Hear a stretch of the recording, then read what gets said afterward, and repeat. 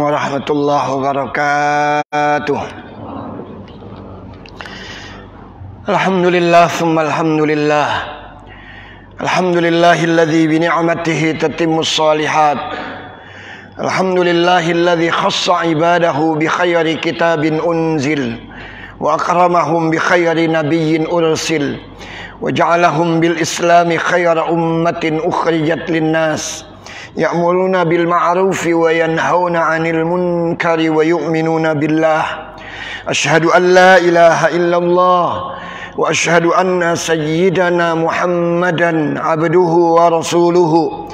Allahumma fasalli wa sallim wa barik wa karim wa 'azzim wa tarahham wa tahannan ala man bihi turja syafa'atuhu yawmal qiyamah sayyidina wa maulana Muhammadin wa ala alihi wa ashabihi wa sallama tasliman katsira. Amma ba'du, ma'asyiral muslimin, ma'asyiral muslimat, Bapak Ibu jamaah salat subuh, jamaah majlis taklim subuh Masjid Jami' Nurul Huda rahimakumullah. Bil khusus yang saya hormati segenap asatidzah, alim ulama, tokoh dan sesepuh masyarakat DKM Masjid Jami' Nurul Huda. Mohon maaf saya tidak menyebutkan nama, namun tidak mengurangi takzim dan hormat saya. Puji dan syukur sama-sama kita haturkan kehadirat Allah. Alhamdulillah pagi hari ini kita dapat hadir memenuhi panggilan Allah salat subuh yang alhamdulillah telah kita lakukan secara berjamaah. Kita lanjutkan dengan bersama-sama duduk di majlis yang amat mulia, majlis ilmu. Mudah-mudahan hadirnya kita, duduknya kita di rumah Allah, di majlis yang mulia ini, kita senantiasa mendapat ridha dan keberkahan dari Allah Subhanahu wa taala. Amin ya rabbal alamin. Salawat beriring salam semoga senantiasa tercurah limpahkan keharibaan junjungan kita Nabi besar Muhammad sallallahu alaihi wasallam, para pengikutnya dan sahabat-sahabatnya. Kita yang hadir berdoa dan berharap semoga nanti hari kiamat kita semuanya akan mendapat syafaat dari Rasulullah sallallahu alaihi wasallam.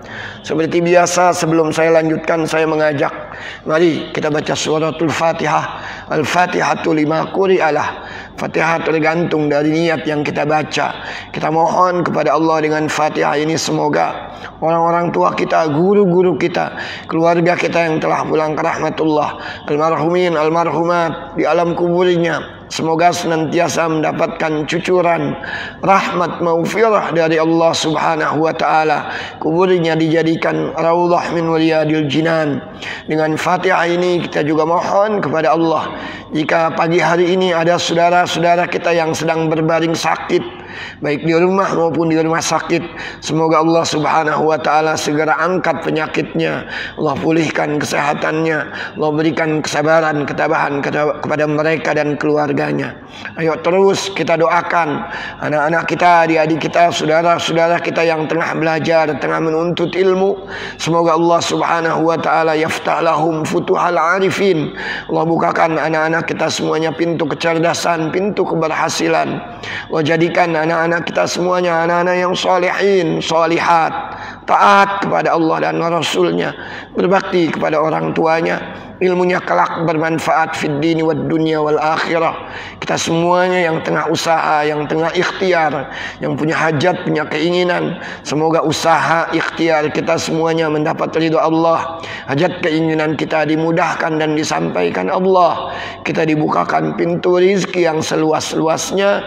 Dan alhamdulillah kita yang diberi kesempatan oleh Allah berada di tahun miladiah 2023. Kemarin adalah Jumat ketiga. Mudah-mudahan 2023 bagi kita semuanya ini menjadi jauh lebih baik ketimbang tahun-tahun yang lewat. Dan insya Allah Ahad malam Senin besok kita sudah berada di 1 Rajab 1444 Hijriah, di mana kita dianjurkan untuk memperbanyak doa. Allahumma barik lana fi Rajab wa Sya'bana wa ballighna Ramadan. Ya Allah, berkahi kami di bulan Rajab, berkahi kami di bulan Sya'ban, sampaikan kami ke bulan Ramadan. Mudah-mudahan kita disampaikan oleh Allah ke bulan yang mulia Ramadan 1444 Hijriah. Bitilkan niyah wa ila hadratin nabiyil mustafa sallallahu alaihi wasallam. Al-Fatihah. A'udzu billahi minasy syaithanir rajim. Bismillahirrahmanirrahim. Alhamdulillahi rabbil alamin. Arrahmanir rahim. Maliki yaumiddin. Iyyaka na'budu wa iyyaka nasta'in. Ihdinas siratal mustaqim. Siratal ladzina an'amta 'alaihim ghairil maghdubi 'alaihim waladdallin. Amin. Ma'asyiral muslimin, ma'asyiral muslimat, Bapak Ibu, kajian kita di buku Bidayatul Hidayah, taklif karangan Hujjatul Islam Abi Hamid Al-Ghazali, Al-Imam Al-Ghazali. Ini sudah di tatimah, penutup di Ma'asil Arkan, ay sab'ul ma'asi, maksiat-maksiat yang dilakukan oleh anggota tubuh kita yang disebutkan oleh Al-Imam Al-Ghazali. Di sini ada 7. Ada ma'asi al-ain, dosa-dosa yang dilakukan oleh mata kita. Ma'asi al-udhun, dosa-dosa yang dilakukan oleh telinga kita. Ma'asi al-lisan, dosa-dosa yang dilakukan oleh lisan atau lidah kita. Kemudian dosa-dosa yang dilakukan oleh al-batan, perut kita. Dosa-dosa yang dilakukan oleh al-faraj, mohon maaf, kemaluan kita. Kemudian dosa-dosa yang dilakukan oleh tangan. Dan yang terakhir oleh kaki kita. Ada 7 dosa yang dilakukan oleh anggota tubuh kita. Kemarin sudah di penghujungnya, di tatimahnya.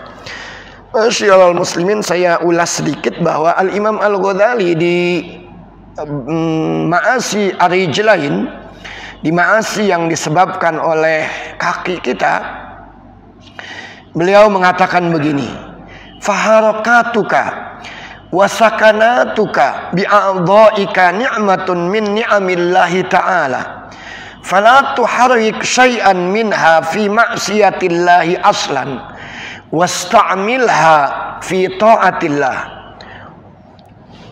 Kata Hujjatul Islam Al-Imam Al-Ghazali, gerakan kita semuanya, diamnya kita semuanya, dengan anggota tubuh kita. Jadi anggota tubuh kita bergerak maupun tidak bergerak, semuanya adalah nikmat dari nikmat-nikmat Allah yang dianugerahkan kepada kita semuanya. Karenanya Al-Imam Al-Ghazali mengajak kita semuanya, jangan gerakkan anggota tubuh kita untuk bermaksiat kepada Allah, dan pergunakan anggota tubuh kita untuk senantiasa melakukan ketaatan kepada Allah Subhanahu wa ta'ala. Sampai kemarin di Al-Imam Al-Ghazali mengutip hadis Rasulullah sallallahu alaihi wasallam yang bunyinya, al-kayyisu man dana nafsahu wa amila lima ba'dal maut, wal ahmaq man atba'a nafsahu hawah wa tamanna 'ala Allahi al-amani. Artinya orang yang cerdas, orang yang pintar, kata Al-Imam Al-Ghazali, yang menundukkan hawa nafsunya dan berbuat untuk menyongsong hari esok. Kalau ayat Al-Qur'annya, wal tanzur nafsun ma qaddamat lighad. Ayo berbuat untuk menyongsong hari esok. Sekali lagi kita bersyukur kehadiran Allah nih. Kita dipanjangkan umur, disehatkan badan, dipertemukan dengan tahun miladiah 2023. Masyiral muslimin, kita nggak tahu nih sampai kapan kita akan diperpanjang kontrak kita di atas muka bumi oleh Allah Subhanahu wa taala. Wa ma tadri nafsun madza taksibu ghadan wa ma tadri nafsun bi ayyi ardin tamut. Kita nggak tahu kapan ajal akan datang menjemput, di mana ajal datang menjemput. Ada seorang khatib dari Maghrib, di atas mimbar dia ngomong tentang kematian, di atas mimbar ngomong tentang ajal, di atas mimbar ngomong tentang malakul maut. Tapi di atas mimbar sang khatib dijemput ajalnya oleh Allah Subhanahu wa ta'ala. Di Ahad atau di Jumat pertama, saya suka ada majelis di daerah Pedurenan Kemang. Ada warganya sudah pindah ke Jagakarsa. Tapi Jumat itu dia hadir ke tengah-tengah keluarganya yang ada di Pedurenan Kemang. Sholat Jumat berjamaah. Habis Jumat berjamaah, dia ziarah kubur orang tuanya. Di pusara, di kuburan orang tuanya. Ketika dia sedang mendoakan orang tuanya, ajal datang menjemput.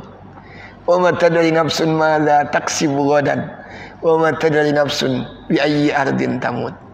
Ma'asyiral muslimin, ada ulama bercerita begini. Suatu hari Allah bertanya kepada malakul maut. Kata Allah kepada malakul maut, ayyuhal malak. Wahai malaikatul maut, kata Allah Subhanahu wa taala, alam tabki marwatan wa anta taqbidu ruha bani Adam. Kata Allah kepada malakul maut, pernahkah engkau sekali saja menangis ketika engkau mencabut nyawa anak manusia? Biasanya yang menangiskan kalau seseorang meninggal itu mungkin keluarganya, anaknya atau ayahnya atau suaminya atau istrinya atau mungkin keluarga besarnya. Tapi Allah bertanya sama malakul maut, alam tabki marwatan wa anta taqbidu ruha bani Adam. Pernahkah engkau wahai malakul maut sekali saja menangis tatkala engkau mencabut nyawa anak manusia? Jawabannya subhanallah. Kata malakul maut, dhahiktu marwatan wa baqaitu marwatan wa fuzi'tu marwatan. Sekali, kata malaikat, aku dibuat tertawa.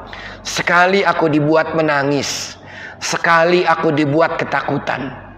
Lalu Allah tanya lagi sama malakul maut, maladzi adhakaka? Apa yang membuat engkau menangis? Apa yang membuat engkau tertawa? Ma'asyiral muslimin, kata malakul maut, lamma amartani an aqbida ruha rajulan. Ketika engkau perintahkan aku mencabut nyawa seorang anak laki-laki. Walam masta'dadtu biqabdi ruhihi. Ketika aku sudah siap untuk mencabut nyawanya, orang ini lagi berada di mana katanya? Fa innahu yaqulu li sani'il akhdhiyah. Orang itu sedang berdialog dengan tukang pembuat sepatu. Mohon maaf kalau orang-orang dulu itu sepatu nggak beli jadi dia. Datang ke tukang sepatu, diukur kakinya, dibuatkan sepatu. Dia sedang ngomong pesan sepatu sama tukang sepatu. Atkin katanya sun al-khidha likai albisahu sanatan. Buatkan saya sepatu yang bagus, yang sempurna, agar bisa saya pakai untuk setahun ke depan. Subhanallah, kata malaikat, dohik tuh, aku tertawa. Belum lagi sepatu pesanannya itu dibuat, nyawanya sudah aku cabut karena perintah Allah Subhanahu wa taala. Wa ma tadri nafsun madza taksibu ghadan wa ma tadri nafsun bi ayyi ardin tamut. Kita enggak tahu tuh ajal kapan datang menjemput kita. Kadang-kadang kita punya tumuhatul hayat, ambisi-ambisi dalam kehidupan. Saya pengen begini. Padahal saat kita punya tumuhatul hayat, ambisi-ambisi dalam kehidupan, Allah sudah mengutus malaikat, cabut ya Allah nyawanya. Wa ma tadri nafsun madza taksibu ghadan wa ma tadri nafsun bi ayyi ardin tamut. Kita enggak tahu kapan dan di mana.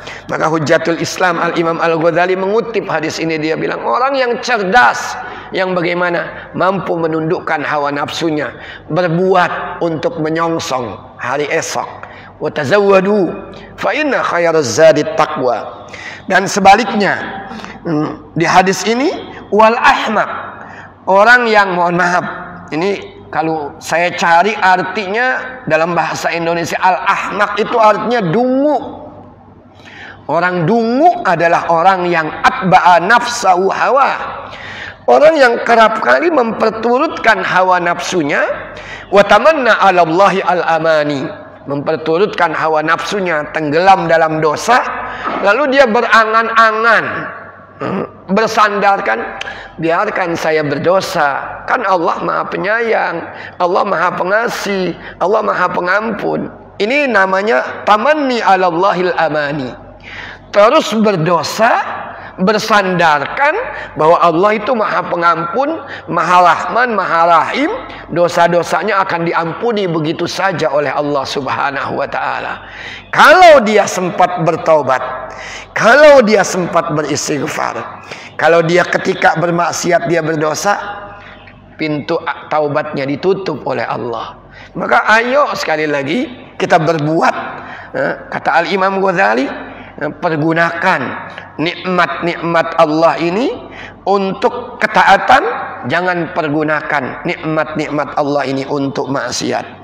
Imam Ali, ini ungkapan-ungkapan yang menarik, yang sayang kalau kita lewatkan. Kata Imam Ali, man dhanna bidunil juhdi yasilu ilal jannah fahuwa mutamannin, wa man dhanna annahu bibadlil juhdi yasilu fahuwa muta'annin.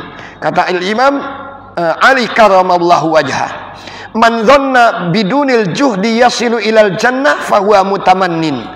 Siapa saja yang menyangka bahwa dirinya tanpa usaha keras akan masuk ke dalam surga. Kalau ada orang menduga bahwa dia akan masuk surga tanpa usaha keras, gak mau sholat secara berjamaah, selalu memperturutkan hawa nafsunya, saya pasti akan masuk surga. Kata Imam Ali, orang yang seperti ini mutamannin, itu penghayal. Jadi kalau mau masuk surga memang diuji oleh Allah. Diuji oleh Allah. Mau nggak kita bangun pagi, mengalahkan tarikan hawa nafsu kita. Ini kata Al-Imam Ali, yang pengen masuk surga tanpa usaha keras, maka ia adalah seorang penghayal. Selanjutnya kata Imam Ali, siapa saja yang menyangka bahwa ia dengan mengerahkan usaha kerasnya dapat sampai ke surga, maka dia adalah seorang penderita. Menyangka bahwa mengerahkan usaha kerasnya dapat sampai ke surga. Kalau dia berusaha ke surga, dia yakin sekali tanpa rahmat karunia Allah Subhanahu wa taala. Jadi yang akan memasukkan ke dalam surga itu bukan semata-mata amalan kita, tapi karena rahmat Allah Subhanahu wa taala. Kita nggak tahu nih amalan kita apa diterima oleh Allah Subhanahu wa taala atau ditolak. Imam Ghazali itu selalu mengajak kita untuk begitu tuh. Kata Al-Imam Al-Ghazali, kalau habis melakukan amal-amal soleh, an yakuna qalbul mu'mini mu'allaqan mudtariban bainal khaufi war raja. Ini habis melakukan amal soleh, tanamkan dalam hati kita ini rasa harap-harap cemas, berharap diterima, cemas kalau ditolak. Maka kalau ada orang begitu yakinnya dia kalau sudah beramal soleh pasti masuk surga, kata Al-Imam Al-Ghazali, fahuwa muta'annin, itu orang penderita. Karena yang akan memasukkan seseorang itu ke dalam surga bukan amalnya, tapi rahmat Allah Subhanahu wa ta'ala. Al-Imam Al-Hasan Al-Basri bilang begini, talabul jannah bila amalin dzanbun minadz dzunub. Kalau ada orang mencari surga tanpa mau beramal, maka dia sudah melakukan dosa. Cari surga tanpa beramal, kata Al-Imam Al-Hasan Al-Basri, maka dia sudah melakukan dosa. Subhanallah, la haula wa la quwata illa billah.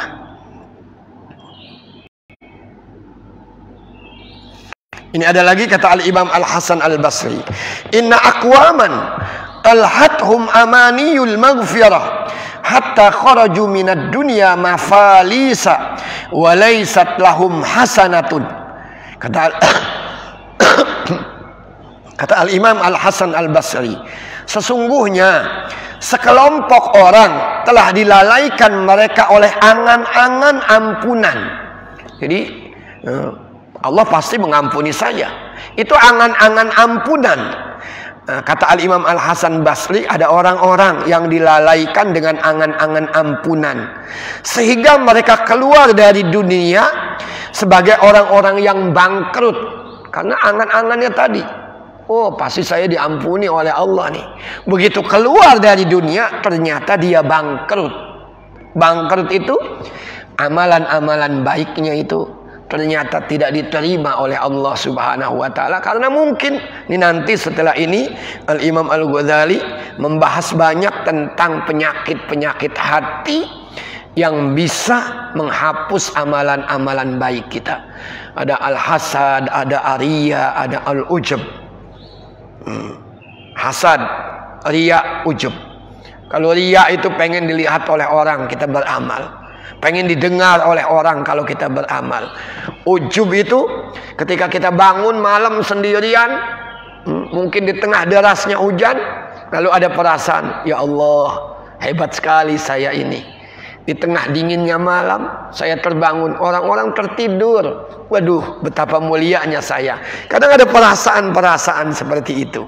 Nah, ini yang bisa menggerogoti amal-amal baik kita, sehingga kita keluar, kata Al-Imam Al-Hasan Al-Basri, jangan-jangan cuma menjadi orang yang muflis, orang yang bangkrut, karena kebaikan-kebaikan kita ini, nilai kebaikannya itu hilang di mata Allah Subhanahu wa ta'ala. Nah, kemudian ada lagi Yahya ibnu Mu'ad, min a'zamil ightirar indi at-tamadi fi dhunubi ala raja'il afwi fi ghairi nadamah wa tawakkul qurbi min Allah bi ghairi ta'atin wa intidharu dzar'il jannah bi badrin nar. Kata Al-Imam Yahya bin Mu'ad, min a'zamil ightirar, termasuk tertipu terbesar atau ketertipuan terbesar seseorang ketika dia terus saja melakukan dosa, at-tamadi fil dzunub ala raja'il afwi, berharap bahwa dia akan memperoleh ampunan dari Allah Subhanahu wa taala tanpa ada penyesalan. Hari ini dia berdosa, besok dia berdosa, besoknya dia berdosa tanpa ada penyesalan. Cuma dia mungkin berharap, Allah pasti mengampuni salah dan dosa saya. Jadi kalau orang yang namanya bertaubat dari dosa-dosanya itu tidak cukup dengan itu. Kalau orang yang bertaubat dari dosanya, al-iqla' anidzanbi, tinggalkan dosa tersebut. Yang kedua, an-nadam, sesali. Ya Allah, kenapa saya melakukan itu ya Allah? Nah, itu sesali. Yang ketiga, al-azam. Al-azam artinya bulatkan tekad untuk tidak mengulanginya. Tapi kalau ada orang at-tamadi fi dzunub, hari ini berdosa, hari ini berdosa, hari ini berdosa, nah, kemudian dia berharap bahwa Allah akan mengampuni dia tanpa penyesalan, tanpa membulatkan tekad untuk meninggalkan dosa tersebut, maka ini kata Al-Imam Yahya bin Mu'ad, itu orang yang tertipu dengan tipuan terbesar. Allahu Akbar walillahil hamd. Masyiral muslimin, di akhir buku ini, di akhir bab ini, Al-Imam Al-Ghazali bilang begini, fala tuhaddis nafsaka bitahwisatil battalin waqtadi bi'aulal azm wan nuha minal anbiya'i was salihin wala tatma fi an tahsuda ma lam tazra walaita man shoma wa shalla wa jahada wattaqa ghufira lahu. Artinya fala tuhaddis nafsaka bitahwisatil battalin, jangan bicara pada dirimu sendiri bitahwisatil battalin, dengan kebodohan para penganggur. Para penganggur maksudnya orang-orang tidak pernah berbuat, tidak pernah beramal, tapi dia punya angan-angan yang begitu muluk, saya akan begini, begini, begini, begini. Tetapi dinasihatkan oleh Al-Imam Al-Ghazali, waqtadi, ikuti katanya, bi'ulil azm, dengan orang-orang yang bulat tekadnya, wa ulin nuha, orang-orang yang cerdas akalnya. Siapa mereka? Al-anbiya was-salihin, para nabi dan orang-orang soleh. Nabi saja, Muhammad sallallahu alaihi wasallam, itu yang ketika dia masih hidup sudah dijamin dosanya diampuni oleh Allah. Ghufira ma taqaddama min dzanbihi wa ma ta'akhkhar. Tapi Nabi subhanallah, setiap harinya itu istighfarnya tidak kurang minas sab'in ila mi'ah. Sehari istighfarnya Nabi itu 70 sampai 100 kali. Qiyamul lailnya Nabi sampai tawarrabat qadamah, kakinya itu bengkak-bengkak itu Nabi, karena lamanya berdiri. Subhanallah, ini Nabi. Maka kata Al-Imam Al-Ghazali, kamu jangan seperti orang pandir yang pengangguran, orang-orang bodoh yang pengangguran, yang tidak berbuat tapi ingin masuk surga, melakukan maksiat tapi ingin mendapatkan ampunan Allah. Contohlah, ikutilah orang-orang yang kuat tekadnya, orang-orang yang cerdas, para anbiya, para sholihin. Wala tatma fi antasud malam tazra. Jangan berambisi untuk memanen apa yang tidak kamu tanam. Ini nasihat beliau. La tatma, jangan berambisi antahsud untuk memanen malam tazra, yang tidak kamu tanam. Artinya, ya kalau kamu tidak beramal soleh, kalau kamu terus bermaksiat, yang kamu panen ya yang itu. Jangan berharap orang terus bermaksiat, yang ingin dipanen adalah ampunan Allah. Nggak bisa seperti itu. Walaita man shoma wa shalla wa jahada wa taqa wa ghafaralah. Mudah-mudahan katanya, kita ini termasuk orang-orang yang senantiasa berpuasa, melakukan sholat, melakukan mujahadah, bertakwa kepada Allah Subhanahu wa ta'ala, sehingga kita diampuni dosa-dosa kita oleh Allah Subhanahu wa ta'ala. Masyiral muslimin, kemudian ini ketika Imam Ghazali bilang falatatma antahsud malam tazra, jangan berambisi untuk memanen apa yang tidak kamu tanam. Ini ada firman Allah yang bunyinya begini, wadzalikum dhannukumul ladzi dhanantum bi rabbikum ardaakum fa asbahtum minal khasirin.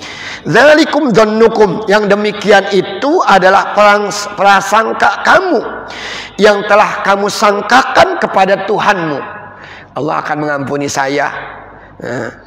Kemarin itu Allah akan memberi rizki saya, karena Allah kan maha pemberi rizki meskipun saya tidak berusaha. Kemarin itu Allah akan memberi ilmu saya meskipun saya tidak belajar, karena ada orang-orang yang memang langsung diberikan begitu saja oleh Allah Subhanahu wa ta'ala, seperti misalkan para anbiya, para sholihin. Betul, memang ada yang begitu. Tetapi di ayat ini kita diingatkan, wadzalikum dhannukumul ladzi dhanantum bi rabbikum ardaakum fa asbahtum minal khasirin. Yang demikian itu adalah prasangka kamu terhadap Tuhanmu. Prasangka itu telah membinasakan kamu. Prasangka yang tanpa berbuat kita sudah mendapatkan ampunan Allah, tidak berbuat mendapatkan surganya Allah Subhanahu wa ta'ala. Di penutupnya Al-Imam Al-Ghazali di penutupnya bilang begini, fahadhihi jumalun, ini yang 7 dari maksiat-maksiat yang dilakukan oleh anggota tubuh kita ini. Yang 7 dari maksiat-maksiat ini, dosa mata, dosa telinga kita, dosa lisan kita, dosa perut kita, dosa kemaluan kita, dosa tangan kita, dosa kaki kita. Fahadhihi jumalun mimma yanbaghi an tahfadhu anhu jawarihaka dzahirah. Ini adalah sejumlah yang seharusnya kamu jaga anggota tubuhmu itu, yang 7 tadi, dari dosa dan maksiat. Wa a'malu hadhil jawari, kalau kita jaga dengan selalu melakukan yang baik-baik yang mengundang ridhonya Allah Subhanahu wa ta'ala, ketaatan kepada Allah Subhanahu wa ta'ala. Kita jaga anggota tubuh kita yang 7 tadi ini dengan amalan-amalan yang baik. Wa a'malu hadhil jawarih innama tatarassahu min sifatil qalb. Jadi amalan-amalan baik yang munculnya dari anggota tubuh kita yang 7 ini adalah pancaran dari sifat hati kita. Kalau hati kita itu keruh, maka yang muncul adalah amalan-amalan yang keruh. Kalau hati kita ini bening, maka yang muncul adalah amalan-amalan ketaatan. Sekali lagi, kalau hati kita ini keruh, maka yang muncul adalah maksiat-maksiat dari diri kita. Tapi kalau hati kita ini bening, yang muncul dari kita adalah amalan-amalan ketaatan yang mengundang ridhonya Allah Subhanahu wa ta'ala.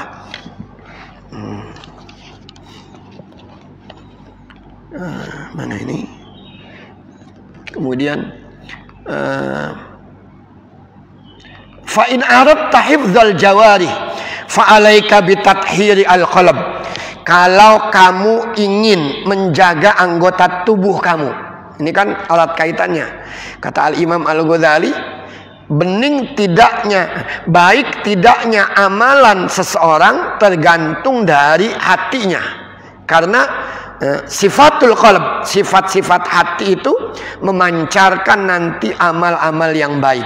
Maka kata Al-Imam Al-Ghazali di penutup bab ini, idza aradta hifdzal jawarih, kalau kamu ingin menjaga anggota tubuh kamu dari maksiat, dari dosa, fa'alaika bitathhiri al-qalbi, sucikan dulu diri kamu atau hati kamu.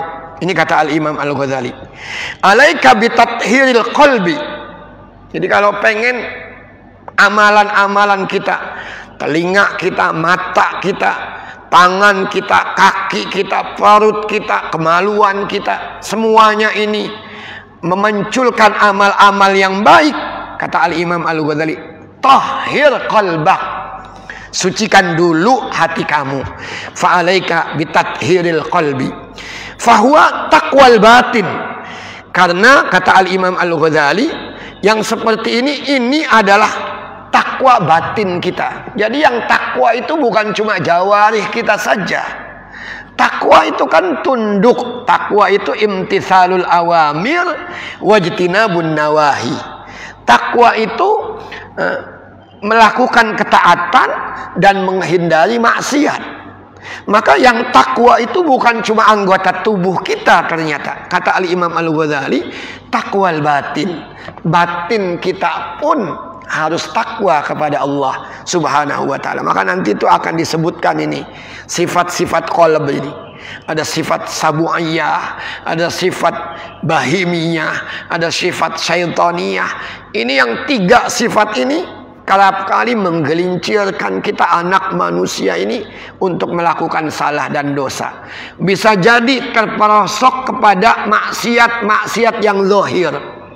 Mata bermaksiat, tangan bermaksiat, kaki bermaksiat, kemaluan bermaksiat, perut bermaksiat, atau bisa jadi maksiat-maksiat batin. Tangannya bagus, mulutnya bagus berzikir, tapi zikirnya riya'an linnas, pengen riya, didengar, dilihat oleh orang. Hati-hati.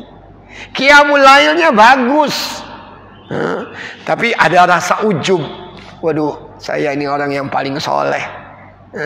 Itu yang penyakit-penyakit hati. Maka Imam Ghazali menyuruh kita tathhirul qalb. Ayo, sucikan hati kamu. Takwa itu bukan cuma jawarih saja, anggota tubuh kamu saja. Maka yang batin pun harus bertakwa kepada Allah Subhanahu wa ta'ala. Ini ada ulama mengatakan begini, Ahmad Ibnu Hadrawiyah, al-qulubu aw'iyah, hati itu seperti wadah katanya. Hati seseorang itu seperti wadah. Idzam tala'at minal haq zaharat ziyadatu anwariha alal jawarih. Kalau penuh dengan yang benar, kalau penuh dengan kebaikan, maka yang nampak adalah bertambahnya cahaya-cahaya di anggota tubuh kita. Jadi hatinya itu, kalau hatinya itu udah benar, maka akan bertambah cahaya-cahaya hati pada anggota tubuh kita. Jadi hati ini seperti wadah. Wa idzam tala'at minal batil, tapi kalau hati kita ini penuh dengan kebatilan, zaharat ziyadatu dzulmiha alal jawarih, maka nampak kegelapan hati pada anggota tubuh kita. Jadi kalau hatinya udah bening, maka itu akan nampak cahaya-cahaya dari anggota tubuh kita. Tapi kalau hatinya itu sudah batil, tempatnya itu sudah batil, maka akan muncul kegelapan-kegelapan di dalam anggota tubuh kita semuanya. Nah, kemudian ini wa qala ba'duhum, ulama pun mengatakan begini. Ini ketika Al-Imam Al-Ghazali mengatakan begini. Wal qalbu huwal mudghah, hati adalah segumpal daging. Idza saluhat saluha biha sairul jasad. Kalau hati kita itu benar, maka seluruh anggota tubuh kita ini akan benar. Wa idza fasadat, kalau hati kita segumpal daging itu rusak, buruk, maka akan buruk pula seluruh amalan yang ada di dalam tubuh kita semuanya. Fa'alaika istaghil bi islahihi litasluha bihi jawarihuka, maka sibukkan diri kamu untuk memperbaiki hatimu dulu, agar semua amalan-amalan zahirmu itu juga akan ikut baik. Maka caranya ini bagaimana? Wasalahuhu yakunu bimulazamatil muraqabah. Kita selalu bertanya, supaya punya hati yang bening ini caranya bagaimana? Supaya memancarkan nanti a'malul jawarih, amalan-amalan dari anggota tubuh kita itu yang bercahaya, yang mengundang ridhonya Allah Subhanahu wa taala. Di sini dikatakan wasalahuhu yakunu bimulazamatil muraqabah. Baiknya itu dengan melazimkan muraqabah, memfokuskan hati kepada Allah Subhanahu wa taala. Lazim al-muraqabah, fokuskan hati dengan muraqabah. Wa qala ba'duhum, sebagian ulama mengatakan begini, hati kita itu akan bening karena 5 hal. Ayo tanya, kita sudah melakukan belum nih? Hati kita ini akan bening kalau kita melakukan 5 hal berikut ini. Yang pertama adalah salahul qalbi fi khamsati asya. Kasratul ju'. Ini hati kita akan bening kalau kita sering-sering lapar. Maksudnya apa? Sering-sering berpuasa. Orang yang sering berpuasa pada gilirannya nanti hatinya sendiri akan bening dia. Yang kedua, qiraatul Quran bitadabburil ma'na. Hati itu akan bening kalau kita kerap kali membaca Al-Quran dengan mentadaburi artinya. Saya sudah sampaikan sama antum, dulu salafus soleh itu kalau sudah baca Al-Quran sering menangis, bahkan sering jatuh pingsan. Kalau kalau Sayyidina Umar itu kalau sudah membaca surat At-Tur itu pasti nangis, jatuh pingsan dia. Wat-tur wa kitabim mastur fi raqqim mansyur wal baitil ma'mur was saqfil marfu wal bahril masjur, sampai di firman inna adzaba rabbika lawaqi ma laha min dafi'.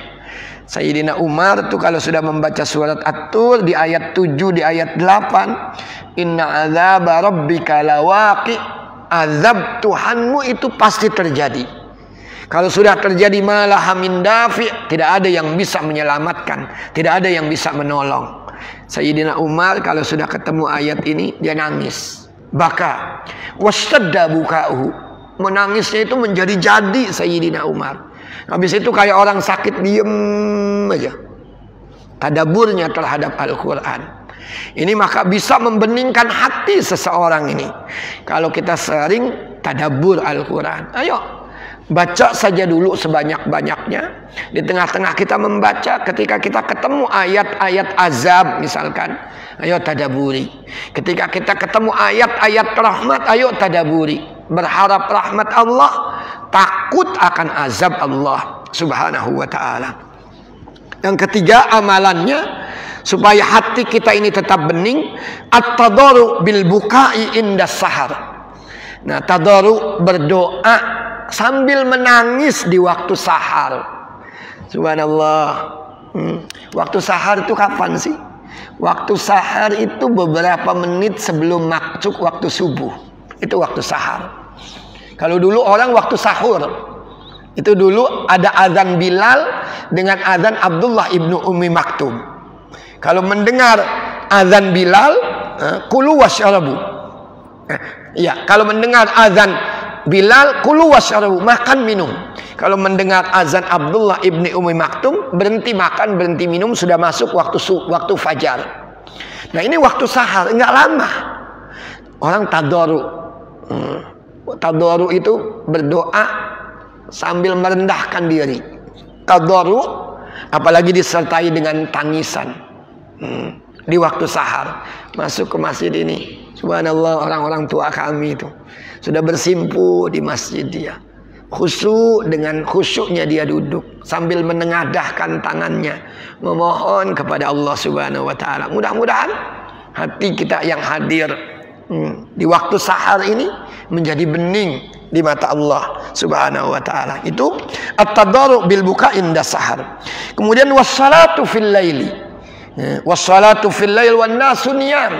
Salat malam ketika orang-orang sedang tertidur. Dan yang terakhir, yang kelima adalah mujalasatus sholihin. Sering-seringlah duduk dengan orang-orang yang soleh. Sering-seringlah duduk dengan orang yang soleh. Saya di kesempatan yang lalu mengatakan teman yang baik itu bukan teman yang selalu membuat kita tertawa terbahak-bahak. Teman yang baik itu teman yang kadang membuat kita menangis mencucurkan air mata. Sodiquka, temanmu yang sejati. Man abkaka, yang kadang membuat kamu menangis. Laman adhakaka, bukan temanmu yang selalu membuat kamu tertawa, mengingatkan kamu udah tua, sudah lanjut usianya, uban di kepala sudah banyak, ayo beramal. Malu sama anak, sama cucu, itu menangis kita. Itu teman sejati itu. Bukan teman yang selalu mengingatkan kita, ntar malam ada tontonan, ada dangdut, yuk nyawer. Itu bukan teman yang sejati, bukan yang begitu. Teman yang sejati adalah teman yang kadang membuat kita menangis karena takut akan salah dan dosa kepada Allah Subhanahu wa taala. Nah, cuma ini oleh Al-Imam An-Nawawi ini ditambah di sini. Nah, kata Al-Imam An-Nawawi begini. Ini kan ada 5. Kalau pengen hati kita ini bening tadi, caranya ada 5. Saya ulangi sekali lagi. Sering-sering berlapar-lapar, artinya sering-sering berpuasa. Baca Al-Quran dengan tadabburil makna. Ketiga, berdoa merengek sambil menangis di waktu sahar. Keempat, sholat malam. Yang kelima adalah mujalasatus sholihin, duduk bersama orang-orang soleh. Tapi ditambahkan oleh Al-Imam An-Nawawi, kata beliau, aklul halal. Jangan lupa konsumsi yang halal. Ini yang 5 kita sudah lakukan, tapi kita nggak peduli ketika mengkonsumsi makanan mana halal mana haram. Makanan yang haram itu akan membuat hati kita ini keras. Waktu di pertemuan yang sebelumnya itu saya sudah sampaikan juga, jangan terlalu banyak. Yang halal saja terlalu banyak itu nggak boleh, padahal halal, apalagi haram. Man kathura aqluhu kathura syurbuhu, man kathura syurbuhu kathura naumuhu, man kathura naumuhu qasa qalbuhu, man qasa qalbuhu gharqa fil atham. Yang banyak makan banyak minum, yang banyak minum banyak tidur, yang banyak tidur hatinya keras. Kalau hati seseorang sudah keras, dia akan tenggelam dalam dosa. Itu yang halal, apalagi yang haram. Yang halal saja kalau berlebihan begitu, apalagi yang haram. Maka Imam Nawawi ditambahkan, ayo akul halal. Dan itu pun dibatasi, jangan terlalu berlebihan. Aklul halal, makanlah makanan yang halal. Wasomtu uzlatin, somtul uzlah artinya diam, tidak bicara, mengasingkan diri. As-samtu hikmah wa qalilun fa'iluh. Jangan banyak ngomong. Kalau tidak bisa ngomong yang baik, udah diem aja. Kadang-kadang kita orang ngomong apa aja kita ikut ngomong. Orang itu kan akan menuai dari apa yang keluar dari mulutnya. Nih, ya banyak kan saudara-saudara kita yang sekarang ini sedang menuai badai karena mungkin pembicaraannya. Sedang menuai badai karena pembicaraannya. Ya mudah-mudahan orang-orang yang istiqomah itu diberikan kekuatan oleh Allah Subhanahu wa taala dalam menyampaikan yang hak. Wasamtu uzlah. Kemudian yang terakhir, tarkun li khaudin bimalin nasi min siyarin, meninggalkan untuk membicarakan tentang sesuatu pada orang-orang berupa tingkah laku mereka. Artinya sudah, jangan omongkan orang lain. Perbaiki saja diri kita sendiri, perbaiki diri kita sendiri. Orang lain, ayo kita ajak kebaikan. Tapi kalau dia tetap bermaksiat, sudah jangan terlalu banyak membicarakan orang lain. Tarkun li khaudin bimalin nasi min siyar, tinggalkan untuk membicarakan tentang sesuatu pada orang-orang berupa tingkah laku mereka. Nah, ini penutupnya di bab Ma'asi al-Arkan. Yang selanjutnya Al-Imam Al-Ghazali ini bercerita tentang Ma'asi al-Qalb. Ini baru syuruk. Kalau baru syuruk itu masih ada jeda waktu sekitar 10 menit. Saya baca sedikit di sini. Al-Qaulu fi Ma'asi al-Qalb.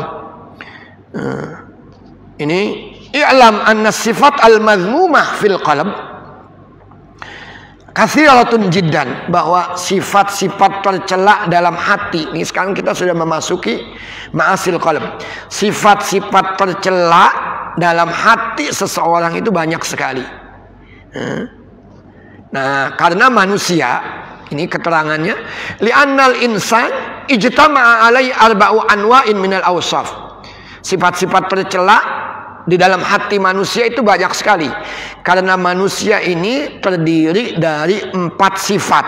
Sifat apa saja? Nah, ini as-sabu'ayyah, sifat binatang buas. Jadi di dalam diri kita itu ada sifat binatang buas. Yang kedua al-bahimiyah, sifat binatang. Yang ketiga as-syaitaniyah, sifat-sifat syaitan. Dan yang terakhir adalah as-sifah ar-rabbaniyah. Ini yang baik. 3 buruk, 1 baik. Kalau yang 1 ini lebih dominan, insya Allah kita selamat. Tapi kalau sudah yang 3 ini dominan, aduh, hati kita ini akan rusak. Wa kullu dzalika majmu'un fil qalb. Semuanya ini ada di dalam hati kita ini.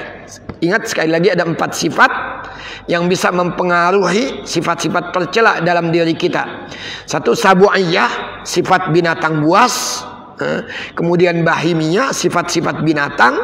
Ketiga syaitaniyah, sifat-sifat setan. Yang keempat adalah rabbaniyah, sifat-sifat ketuhanan.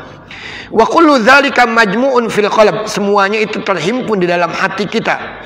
Fayajtami'u fil insan. Nah, ini misalkan maka di dalam diri manusia itu terkumpul sifat-sifat ini.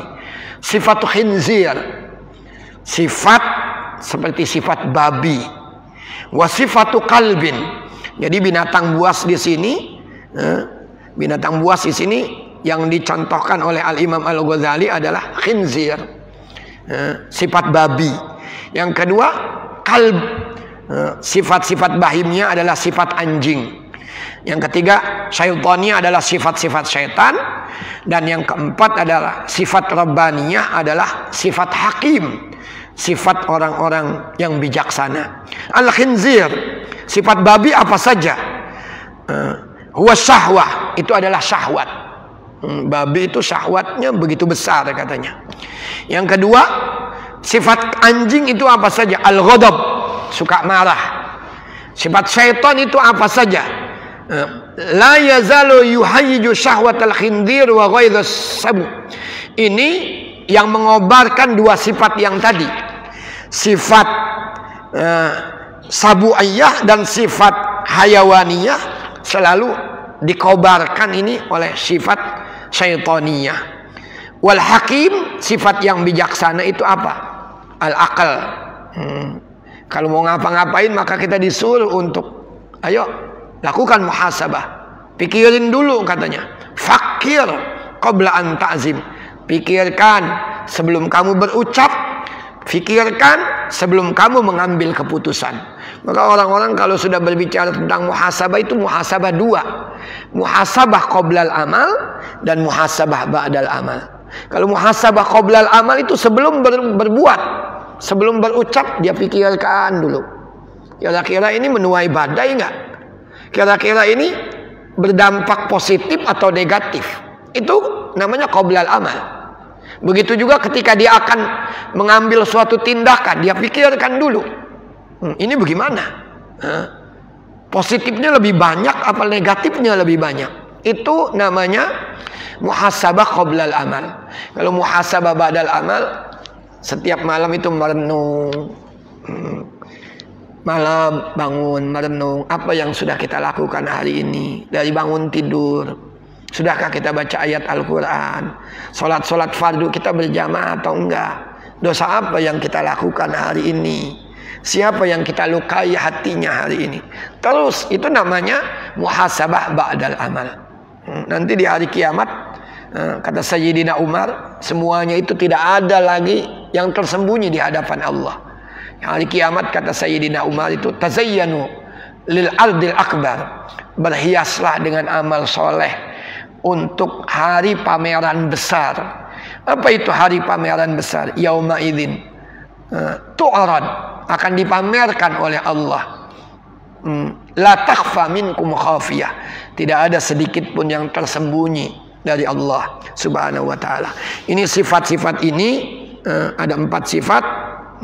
Ini banyak sekali, nanti panjang sekali sifat-sifat ini. Insya Allah kita bahas di kesempatan yang akan datang. Silahkan kalau ada yang ingin bertanya sekitar masalah ini atau masalah-masalah yang lain. Tafadhol. Hal min soal. Ada yang ingin bertanya?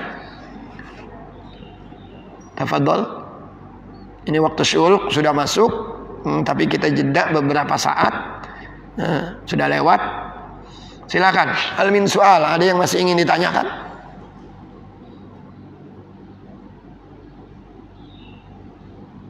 Tidak ada. Sekali lagi saya mengulas, Imam Ghazali itu selalu begitu. Ngajak kita itu bukan cuma a'malul jawarih kita yang harus kita perbaiki, tapi a'malul bawatin, batin-batin kita juga selalu diajak untuk dibersihkan. Ini saya mengatakan sama antum, insya Allah mulai besok nih, Ahad malam Senin kita sudah memasuki 1 Rajab. Di Rajab itu ayat Al-Quran ini membicarakan tentang kemuliaan Rajab. Salah satunya adalah firman Allah di At-Taubah 36. Inna iddatas syuhur indallahi 12 syahran fi kitabillah yauma khalaqas samawati wal ard minha arba'atun hurum dzalikad dinul qayyim fala tadzlimu fihinna anfusakum. Bilangan bulan di sisi Allah sejak Allah ciptakan langit dan bumi itu ada 12. Dari 12 ini ada 4 bulan istimewa. Diterangkan di dalam hadis 4 bulan istimewa salasah mutawaliyat. 3 ini berturut-turut, Dzulqa'dah, Dzulhijjah, Muharram. 1 lagi terpisah bulan Rajab. Tapi Allah bilang di dalam firman-Nya, "Fala tadzlimu fihinna anfusakum." Jangan melakukan zulmun nafas. Jangan melakukan dosa. Jangan melakukan maksiat. Jangan melakukan zulmun nafas. Taati perintah Allah, hindari larangan-larangan Allah Subhanahu wa taala. Kenapa kata para ulama? Zulmun nafas, bermaksiat di bulan yang mulia ini, karena adzanbu a'zam. Sebetulnya bermaksiat kapanpun nggak boleh. Tapi kalau bermaksiat di bulan ini, kata para ulama, dosanya lebih besar. Sebab Allah berfirman, "Fala tadzlimu fihinna anfusakum." Seakan-akan ada stressing, penekanan. Jangan sekali-kali di bulan mulia ini kalian melakukan zulmun nafas, dosa, maksiat, kezaliman. Dosanya lebih besar. Tetapi sebaliknya, wal amal as-salih kana al-ajru a'zam. Kalau kita beramal soleh, maka ganjaran pahalanya itu jauh lebih besar. ketimbang hari-hari yang lain. Kemarin misalkan hari ini kita sembahyang subuh berjamaah, dapat pahala besar. Duduk di majelis ilmu, dapat pahala besar. Entah sholat isyraq, dapat pahala besar. Tapi kalau sudah memasuki bulan Rajab, kana al-ajru a'zam, pahalanya akan lebih besar lagi dari sisi Allah Subhanahu wa taala. Mudah-mudahan kita senantiasa diberikan taufik hidayah untuk melakukan yang baik-baik. Tetapi sekali lagi, jangan sekali-kali mengandal kepada amal soleh kita tanpa rahman rahimnya Allah Subhanahu wa taala. Jangan, oh saya sudah berbuat baik, saya pasti masuk surga. Jangan. Karena kita tidak tahu amalan kita ini akan diterima oleh Allah atau ditolak oleh Allah Subhanahu wa taala. Tanamkan selalu dalam diri kita, selepas kita melakukan amal-amal soleh, rasa harap-harap cemas. Ayyakuna qalbul mu'min mu'allaqan mudtariban bainal khaufi wa raja. Karena kita nggak tahu ayuqbalu am yurad, akan diterima oleh Allah atau ditolak oleh Allah Subhanahu wa taala.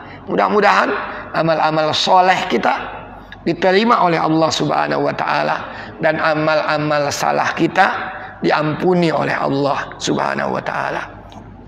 Kita tutup kajian pagi hari ini dengan bersama-sama membaca doa kafaratul majlis. Subhanakallahumma wa bihamdika asyhadu an la ilaha illa anta astaghfiruka wa atubu ilaik. Wassalamualaikum warahmatullahi wabarakatuh.